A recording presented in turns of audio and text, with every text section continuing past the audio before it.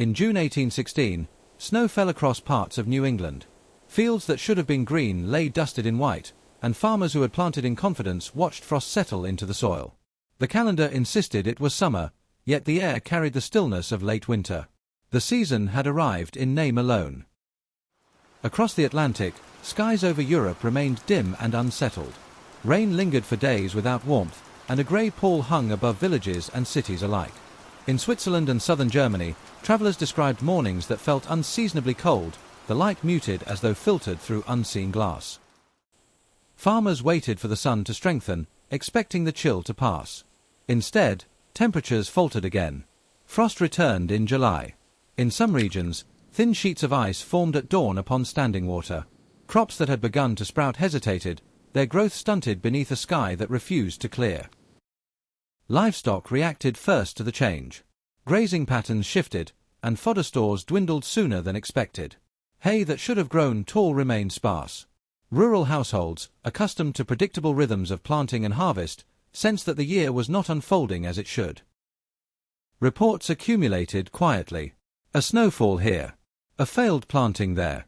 A summer storm that brought not relief but further cold. No single village perceived a pattern. Each anomaly appeared local, unfortunate, perhaps temporary. Yet taken together, they formed the outline of something larger. Merchants noted fluctuations in grain supply. Markets grew uncertain. Conversations in town squares returned repeatedly to the same observation: the weather would not stabilize. The warmth of June and July, so long assumed, seemed absent, withheld without explanation. In Geneva, persistent storms forced travelers indoors along the shores of Lake Léman. Dark clouds gathered repeatedly over the Alps, and evenings arrived heavy with thunder. The atmosphere felt unsettled, not violently destructive, but unseasonably resistant to calm. For most who lived through those weeks, the disruption seemed meteorological rather than historical. Weather had always varied. Storms had always come and gone. Yet the repetition of cold mornings and muted afternoons began to erode confidence in the season itself. The summer of 1816 did not fail all at once. It faltered gradually, day after day, beneath a dimmed sky. Few yet understood that the cause lay thousands of miles away, in a mountain whose eruption the year before had sent an invisible veil into the upper atmosphere. The season had been altered long before it began.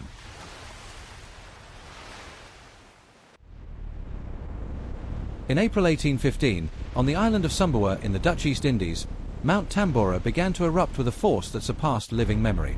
Explosions echoed across the surrounding seas, and columns of ash rose high into the sky. What began as rumbling deep within the earth soon became one of the most powerful volcanic events ever recorded. The eruption intensified over several days. Entire villages were buried beneath ash and debris. Pyroclastic flows descended the mountain slopes, erasing settlements in their path. The summit itself collapsed inward, leaving behind a vast caldera where the peak had once stood. Sailors hundreds of miles away reported hearing detonations like distant cannon fire. Darkness fell at midday across neighboring islands as ash thickened in the atmosphere. Fine particles drifted downward in relentless succession, coating forests, rivers, and shorelines in grey. The scale of Tambora's eruption exceeded that of most volcanic events known to European science at the time. It ejected immense volumes of material high into the atmosphere, far beyond the troposphere where ordinary weather unfolds.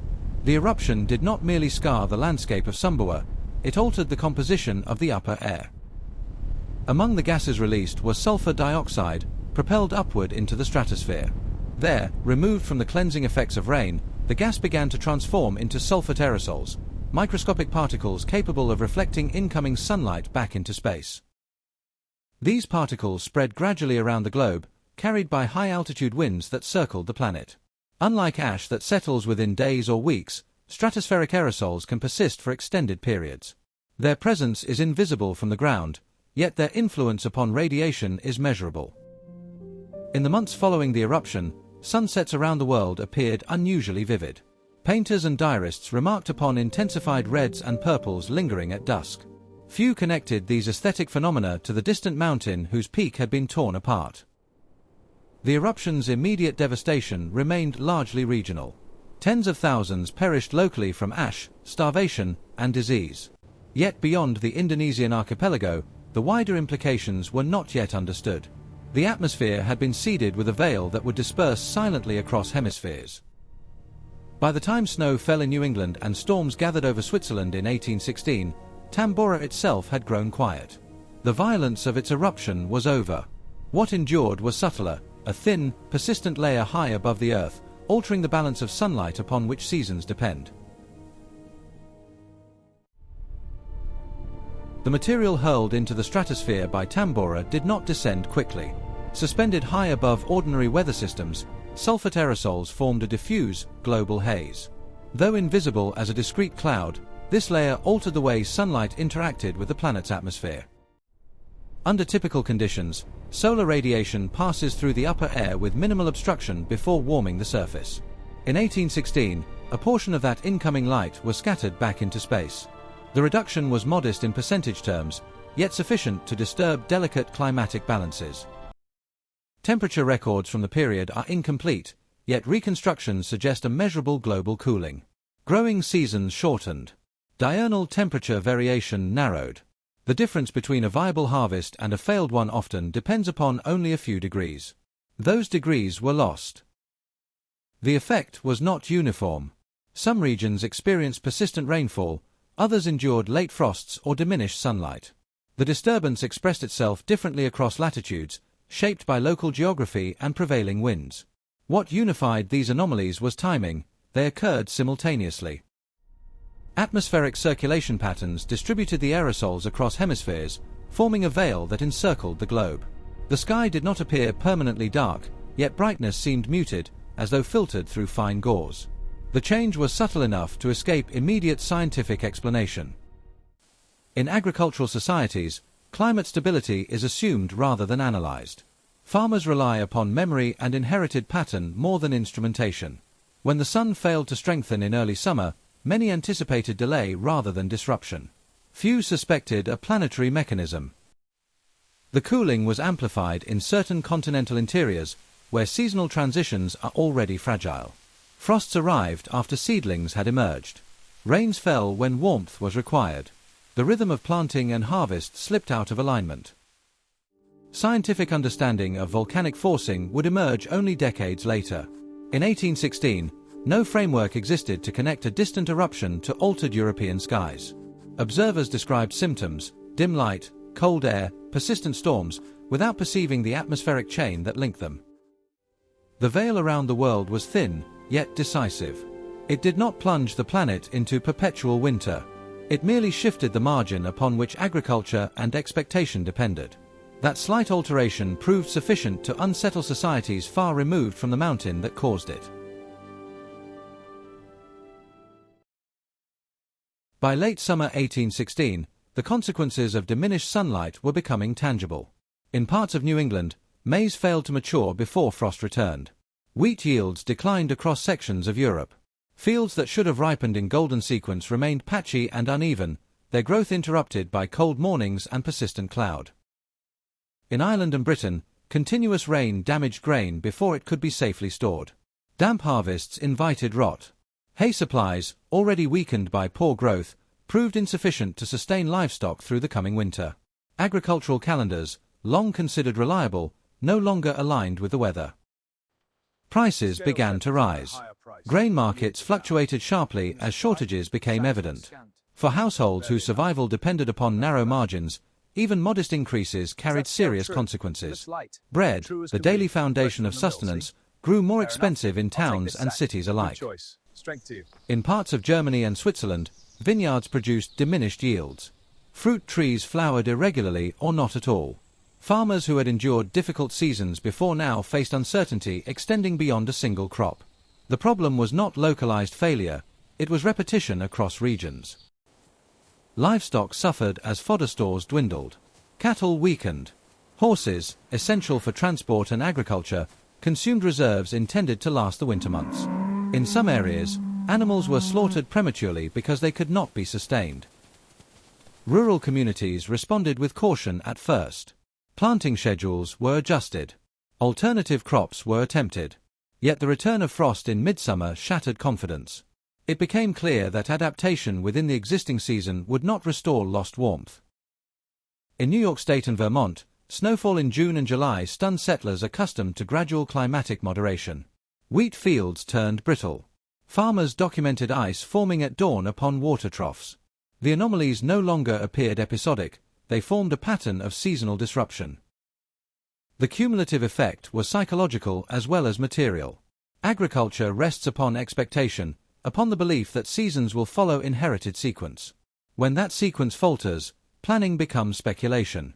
The security of rural life depends upon stability in the sky. By the close of 1816, the failure of harvests was no longer conjectural. It was visible in granaries less full than anticipated and in markets strained by scarcity. The atmospheric veil, imperceptible to the eye, had translated into diminished crops and mounting uncertainty across continents. This sack feels right. All in order. As harvests diminished across continents, the impact moved steadily from field to marketplace. Grain shortages tightened supply chains already constrained by limited transport and regional isolation. In towns throughout Europe and North America, the price of bread began to climb with increasing regularity.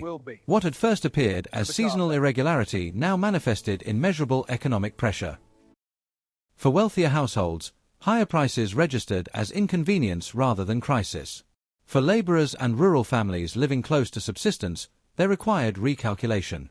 Bread was not discretionary, it formed the base of daily nourishment. As its cost rose beyond reach, meals narrowed in variety and quantity, and the margin of resilience within working households began quietly to contract. In parts of Switzerland and southern Germany, tension moved from anxiety to protest. Food riots erupted as crowds confronted merchants over inflated prices and suspected hoarding. Authorities attempted to stabilize markets through regulation and enforcement, yet policy could not compensate for absence. The scarcity was structural, rooted in diminished yield rather than manipulation. In Ireland and segments of Britain, persistent rain compounded shortage with deterioration. Damp grain spoiled before safe storage or distribution, undermining relief measures already stretched thin. Assistance remained uneven, constrained by distance, infrastructure, and limited comprehension of the atmospheric mechanisms that had destabilized the growing season. In New England, communities accustomed to modest surplus turned to rationing. Families reduced portions, deferred purchases, and slaughtered livestock earlier than planned, exchanging long-term sustainability for immediate survival. Some households contemplated migration, weighing the reliability of local harvests against uncertain prospects elsewhere. Malnutrition advanced without spectacle. It rarely announced itself as sudden catastrophe but emerged as gradual decline. Immunity weakened. Illness traveled more easily through bodies deprived of adequate nourishment. The consequences of a colder summer extended beyond failed crops into the physiology of those who depended upon them. Merchants, magistrates, and clerics debated explanation. Some attributed disruption to cyclical weather.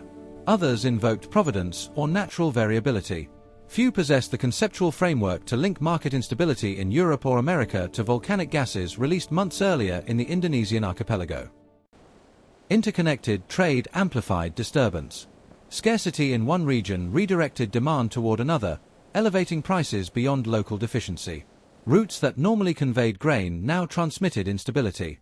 What began as atmospheric alteration had entered the circuitry of commerce, binding distant communities within a shared economic strain. By the winter of 1816 to 1817, the cost of bread had become more than a market indicator. It represented vulnerability embedded within interconnected systems. The failed summer had translated into sustained hardship. Climate, economy, and society stood revealed as interdependent structures, their equilibrium narrower than previously assumed. As provisions thinned and confidence in the next season faltered, movement began. In New England, households weighed the viability of remaining on farms where repeated frost had undone careful labor. Letters circulated between relatives and neighbors, describing land farther west beyond the Appalachians, where soil was said to be richer and seasons more dependable than those now failing at home. Migration was seldom immediate or impulsive. It followed months of uncertainty, failed harvests, and rising prices that turned planning into guesswork. Yet by late 1816 and into 1817, wagons gathered along rough roads and river crossings, pointing toward the interior. The climate shock did not invent westward movement, but it accelerated choices that might otherwise have unfolded more slowly. In Vermont and New Hampshire, population decline became visible in small increments. Settlers who had cleared forests, built cabins, and fenced fields chose departure over persistence. The decision reflected more than a single year's hardship. It signaled a loss of faith that local stability would return on any reliable schedule, even if the next summer offered partial relief. Across parts of Europe, rural laborers drifted toward towns and cities in search of wages and food. Urban centers, already pressured by industrial transition and post-war conditions, absorbed additional strain. Movement reshaped demographics in ways not immediately recognized as climate-driven, because it resembled older patterns of rural hardship, now intensified by an unusual sequence of seasons. In North America, the migration carried cultural consequences alongside economic ones. As New Englanders relocated toward Ohio and Indiana, settlement intensified across the interior. Roads filled with carts, livestock, and household goods, and new communities formed along river valleys. Climate variability became one factor among several nudging expansion westward, but its influence was felt in the timing and urgency of departure. In Switzerland and southern Germany, uncertainty altered family decisions. Some postponed marriage, delayed inheritance transfers, or divided labor differently, unsure whether agricultural continuity could be maintained. Social structures adapted cautiously to environmental unpredictability, not through sudden rupture but through hesitations that accumulated across households, shaping when land changed hands and when new families could be supported. Climate rarely compels migration alone. Political, economic, and personal factors intertwine, and movement is often framed in terms of opportunity rather than distress. Yet the failure of a summer altered calculations. What might have been tolerable became untenable when repeated frost and insufficient harvest narrowed the margin of survival, making even small risks feel unacceptable. For many who left, departure was not described as escape from catastrophe but as a search for reliability. They sought land where seasons would behave as expected and labor would yield predictable return. Stability in climate was assumed elsewhere, even if it had faltered locally. That assumption sustained movement, carrying families toward regions they scarcely knew, guided by letters, rumor, and maps. The movement of 1816 to 1817 did not announce itself as a climatic exodus. It registered later in census counts, abandoned holdings, and settlement records. Yet beneath those numbers lay a quiet truth: a mountain's eruption had shifted the balance of risk. The sky's disturbance had entered human decisions, nudging trajectories across continents while leaving few aware of the cause. In the summer of 1816, along the shores of Lake Geneva, a small circle of writers found themselves confined indoors by persistent storms. Rain fell for days without warmth, and the sky remained thick with cloud. Among those gathered at the villa in Colony was Mary Shelley, 18 years old, observing a season that refused to resemble summer. The villa overlooked Lake Lemon, its waters reflecting a muted and unsettled sky. Thunder rolled repeatedly across the surrounding mountains, and cold air drifted inland from the water. Evenings darkened prematurely, and candlelight replaced daylight long before expected. The boundary between afternoon and night seemed compressed beneath the weight of continuous cloud. Cut off from customary travel and recreation, the group turned to conversation and reading. Percy Bysshe Shelley and Lord Byron joined Mary in long discussions as rain struck the windows. Byron proposed that each compose a tale of the supernatural, transforming confinement into structured imagination. The challenge arose not from leisure, but from prolonged enclosure. Mary Shelley later described a waking vision, a scientist kneeling beside a figure assembled from lifeless matter, brought into motion through human intervention. The image formed amid electric storms and unseasonable cold. It did not emerge in isolation from circumstance, but within an atmosphere charged both meteorologically and intellectually. Frankenstein, or the modern Prometheus, published in 1818, would become foundational to modern speculative literature. Its exploration of ambition, responsibility, and unintended consequence extended beyond its immediate narrative. Although not reducible to climate, the novel's genesis occurred within a summer marked by atmospheric disturbance and psychological compression. The gloom of 1816 shaped more than harvests and markets. Diaries and letters across Europe described skies of unusual color and storms of persistent recurrence. Light appeared altered, sometimes diffused, sometimes intensified at dusk. The environment exerted quiet pressure upon perception, narrowing horizons and directing attention inward. Painters recorded sunsets of heightened reds and purples, their canvases reflecting altered atmospheric scattering. What some experienced as aesthetic depth, others endured as agricultural failure. The same stratospheric veil that refracted light also shortened growing seasons. Beauty and scarcity coexisted within the same altered sky. Only later would the connection between Tambora's eruption and Geneva's storms be understood. In 1816, no scientific framework linked Indonesian geology to Swiss weather. Yet the coincidence remains notable, a planetary climatic anomaly coinciding with a conception of a narrative preoccupied with creation, power, and consequence. Culture often appears detached from geological process, yet in 1816 the relationship was quietly evident. A distant eruption had dimmed the sky, and beneath that dimming, a young writer imagined a story about human agency and unforeseen outcomes.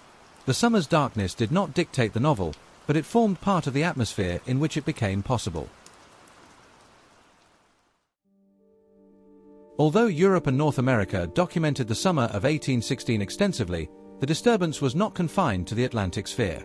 The stratospheric veil dispersed across hemispheres, modifying circulation patterns and precipitation cycles on a planetary scale. What appeared locally as unusual weather was, in aggregate, a systemic climatic perturbation extending far beyond any single region. In parts of China, anomalous rainfall and lower seasonal temperatures disrupted rice cultivation in several provinces. Crop failures compounded pre-existing demographic pressures and regional economic strain. The resulting hardship did not constitute uniform famine across the empire, yet it exposed how dependent densely populated agrarian systems were upon narrow margins of climatic regularity. The Indian monsoon displayed irregular timing and distribution in the years following Tambora's eruption. Even subtle shifts in rainfall onset or intensity altered agricultural schedules that relied upon precise seasonal rhythm. In monsoon-dependent regions, temporal deviation carried structural risk, because planting, irrigation, and harvest were calibrated to expectations formed over generations. Across Southeast Asia, communities already affected directly by ashfall in 1815 confronted prolonged recovery under cooler global conditions. Agricultural systems weakened by immediate volcanic damage struggled to stabilize before additional climatic stress intervened. The sequence revealed how compound environmental pressures can extend disruption beyond the moment of eruption. Japanese records from the mid-1810s describe cooler summers and reduced yields in certain domains. Documentation varies in precision, yet broader reconstructions confirm hemispheric cooling. The disturbance did not manifest identically across territories, but its recurrence within a shared time frame underscores the interconnectedness of atmospheric systems spanning political boundaries. What distinguished the episode was simultaneity. Societies separated by geography, language, and governance experienced disruption within overlapping seasons. No common explanatory framework linked their observations. Without global communication networks, hardship remained locally interpreted, even as its underlying driver circulated invisibly above them. The early 19th century possessed no integrated meteorological infrastructure capable of synthesizing dispersed reports. Observations were descriptive rather than analytical, and causal linkage remained speculative. Only decades later would volcanic forcing and atmospheric circulation be understood as mechanisms capable of redistributing climatic impact across continents. Retrospective climate mapping reveals anomalies extending across Eurasia and North America, with regional variation in temperature and rainfall. The pattern suggests distributed vulnerability rather than uniform catastrophe. Systems calibrated for stability proved sensitive to relatively modest radiative shifts when those shifts operated across entire growing seasons. The summer without warmth was therefore not an isolated European curiosity but a planetary event. A single eruption altered radiative balance across hemispheres, demonstrating that agricultural civilizations share exposure to forces beyond political control. Climate, operating through interconnected systems, revealed a level of global vulnerability not yet recognized in 1816. By 1817, temperatures began to recover in several regions, and harvests improved sufficiently to ease immediate scarcity. Markets stabilized, and visible crisis receded from daily life. Yet the memory of irregular seasons remained recorded in parish registers, private letters, and account books. Recovery did not erase the awareness that stability had proven unexpectedly contingent. The events of 1816 did not dismantle states nor inaugurate permanent climatic transformation. Instead, they revealed the fine calibration upon which agrarian societies depended. Agricultural systems functioned within narrow thermal margins, and those margins had shifted. The episode demonstrated that continuity was maintained not by certainty, but by equilibrium susceptible to disturbance. A reduction of only a few degrees, sustained across a single growing season, proved sufficient to disrupt food distribution networks spanning continents. Grain shortages traveled through markets as swiftly as weather moved through atmosphere. The boundary between adequacy and scarcity was narrower than previously assumed, and the assumption itself became subject to reconsideration. In rural districts, adaptation took practical form through crop diversification and renewed attention to storage and reserve. In scholarly circles, curiosity about atmospheric processes intensified. Over subsequent decades, volcanic eruptions would be studied not merely as geological phenomena, but as potential agents of climatic alteration capable of transmitting effects far beyond their origin. The lesson was neither apocalyptic nor trivial. It was structural. Climate need not collapse into prolonged catastrophe to exert influence. Subtle shifts in radiative balance and circulation patterns can propagate through economies, migration routes, and cultural production. The disturbance of 1816 illustrated systemic sensitivity rather than singular disaster. Modern climatology would later quantify such mechanisms with increasing analytical precision. In 1816, however, understanding remained observational and fragmented. Experience preceded theory. Communities recognized consequence before comprehending cause, and that recognition alone constituted evidence that environmental variability could penetrate political and economic systems. The fragility exposed by Tambora's aerosols was not solely material but conceptual. Societies accustomed to interpreting seasons as reliable background confronted the possibility that external forces might intrude without warning. Confidence in regularity was tempered by memory of interruption, even as daily routines gradually resumed familiar form. Volcanic eruptions have punctuated human history repeatedly, and most pass without measurable global effect. Tambora's magnitude and atmospheric reach rendered it exceptional, yet not anomalous within geological time. Its significance lay not in uniqueness alone, but in its demonstration that global systems can be perturbed by forces originating far beyond human control. The year without a summer therefore stands not simply as historical curiosity, but as structural demonstration. It revealed that civilization rests upon atmospheric consistency maintained within dynamic systems. When that consistency shifts, even slightly, consequences travel across agriculture, markets, and imagination, a reality that extends beyond the early 19th century. Mount Tambora remains today a broad caldera on the island of Sumbawa, its summit permanently altered by the eruption of April 1815. The explosive violence that reshaped the mountain endured only days.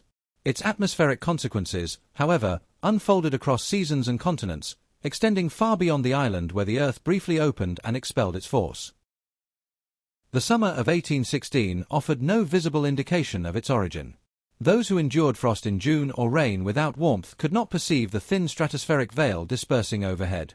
Cause and effect were separated not only by thousands of miles, but by altitude beyond ordinary sight, rendering connection impossible within contemporary understanding. In subsequent decades, scientific inquiry would narrow that separation.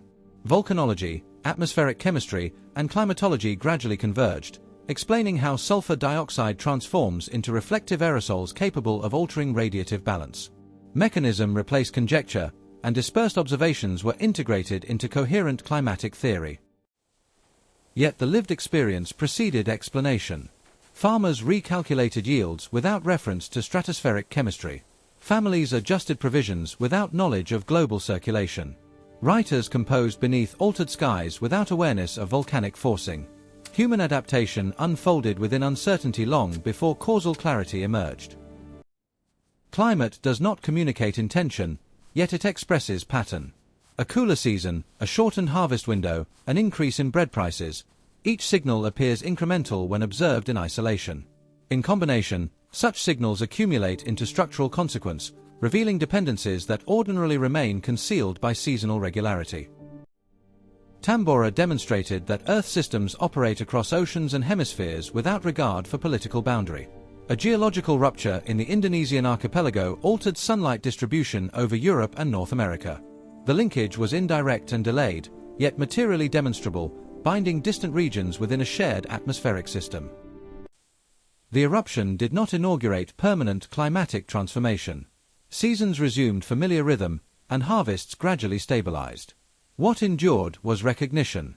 The episode revealed how narrow the interval can be between equilibrium and disruption, and how readily modest radiative shifts may propagate through agriculture, markets, and migration. Modern society often treats climate as static backdrop rather than dynamic agent. The year without a summer complicates that assumption. Atmospheric stability is neither fixed nor guaranteed. It persists within fluctuating systems governed by physical law. Human institutions operate within those systems, not apart from them. In June 1816, snow fell where summer had been expected. Fields lay white beneath a calendar that insisted upon warmth. Only later did understanding ascend high enough to trace that cold back to a mountain whose ash had circled the globe. The season had failed before it began, and the sky had spoken without words.